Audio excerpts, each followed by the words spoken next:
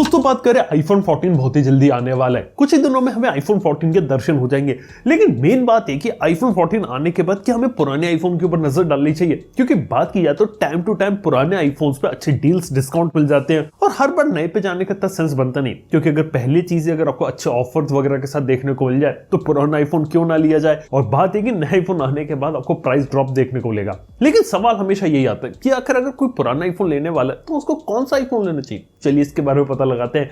लेकिन बात यह है कि सबसे पहले कौन सा आईफोन नहीं लेना चाहिए इसके बारे में आपको बताना चाहूंगा, यानी कि जिनको नहीं खरीदना चाहिए। जैसे की बात करें आईफोन 11 या उससे पहले के आईफोन्स को बिल्कुल भी मत लेना। यहां तक कि आईफोन SE 2020 एडिशन आया था ना, उससे भी यहां पे आपको दूर रहना चाहिए। पीछे का रीजन सिंपल है, ये आईफोन्स अब हो चुके पुराने और आईफोन 11 से पहले जितने भी आईफोन्स हैं उसके अंदर आपको 5G का सपोर्ट देखने को नहीं मिलता था और 5G आया था यहाँ पे आईफोन 12 से। तो मेरे हिसाब से इंडिया में 5G आने वाला है और कोई इंसान अगर आईफोन को लेगा और उसे अगर वो लंबे समय तक चलाना चाहता है तो डेफिनेटली उसे 5G का यहाँ यूज करना पड़ेगा।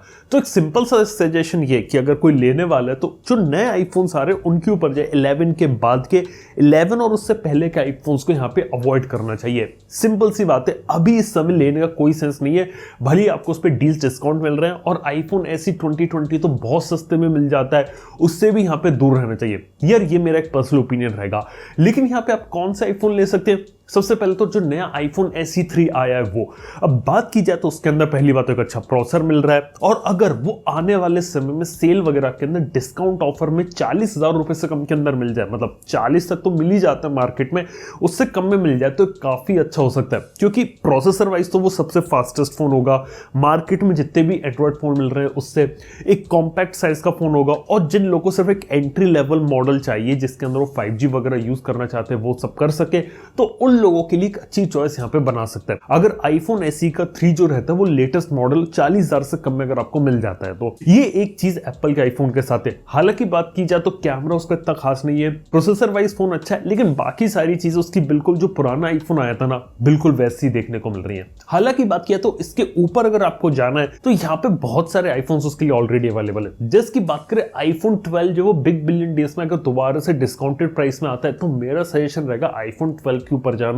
एक अच्छा आईफोन रहेगा, 5G का भी सपोर्ट आता है और एक अच्छा काम यहाँ पे निकाल देगा। यहाँ पे बात की जाए तो अगर आपको एक छोटा आईफोन खरीदना है स्मॉल साइज का, तो मेरे एक रिकमेंडेशन होगा आईफोन 13 मिनी को देखना, क्योंकि इस साल जो है ना एप्पल वो अपना कोई मिनी आईफोन निकाल लेने वाली। और यहाँ पर जो एप्पल है वो क्या करेगी, जो एप्पल वाले आईफोन 13 मिनी का प्राइस यहाँ पे ड्रॉप कर सकते हैं और जिन लोग की रिक्वायरमेंट एक छोटा फोन लेने की है वो चीज यहाँ पे सेंस बना सकती है। 13 मिनी हो सकता है एक अच्छा फोन। वही बात करें आईफोन 13 की, देखो आईफोन 13 भी एक अच्छा फोन था, लेकिन बात की जाए तो आईफोन 13 के प्राइस ड्रॉप होगा कि नहीं होगा इसके बारे में कोई गारंटी नहीं। जब 14 आएगा उसके बाद देखना पड़ेगा कि बिग बिलियन डे में आईफोन 13 का प्राइस ड्रॉप होता है कि नहीं होता।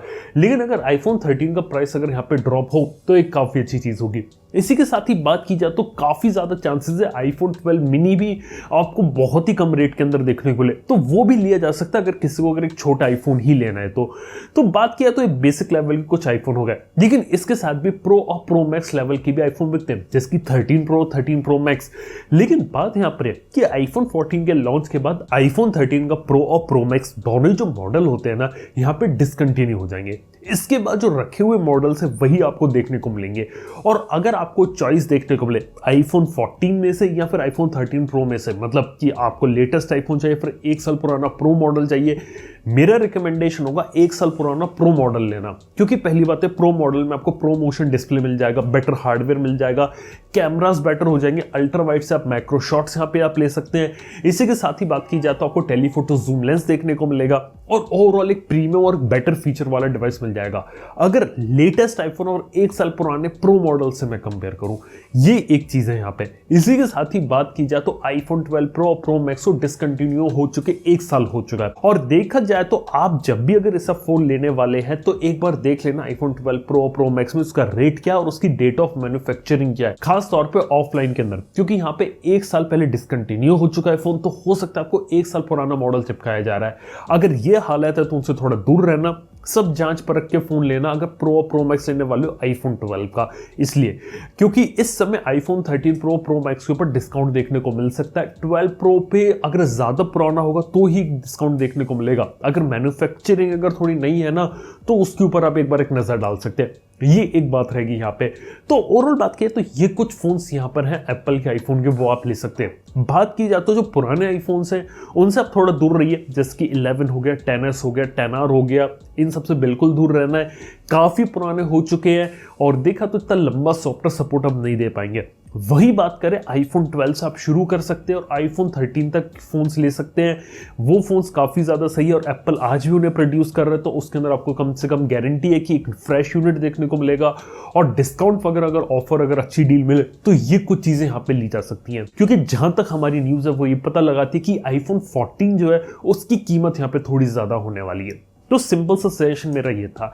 इसके साथ ही अगर किसी को अगर आईपैड लेना तो भी एंट्री लेवल आईपैड लेने से रुक जाए, क्योंकि हो सकता है एप्पल उसका एक नया मॉडल कुछ ही महीनों के अंदर रिफ्रेश कर दे या फिर अभी आईफोन के इवेंट में उस चीज़ को यहाँ पे निकाल दे, जिसके अंदर जो आईपैड होगा वो एक रिफ्रेश होगा, उसका डिज़ाइन के अंदर चेंजेस होंगे, जिससे 30,000 रुपये के सेगमेंट में काफ़ी अच्छा टैबलेट है देखने को मिल सकता है। तो ये एक सजेशन होगा कि अगर कोई आईपैड लेने वाला है बेस मॉडल वाला तो उसके लिए रुक सकता है। अगर आईपैड मिनी, आईपैड एयर लेना तो हाँ वहां पे एक बेटर डील्स अगर मिले तो वहां पे जाके उस चीज को सोच सकता है वो। तो दोस्तों ये कहानी होती है यहाँ पे एप्पल के आईफोन की।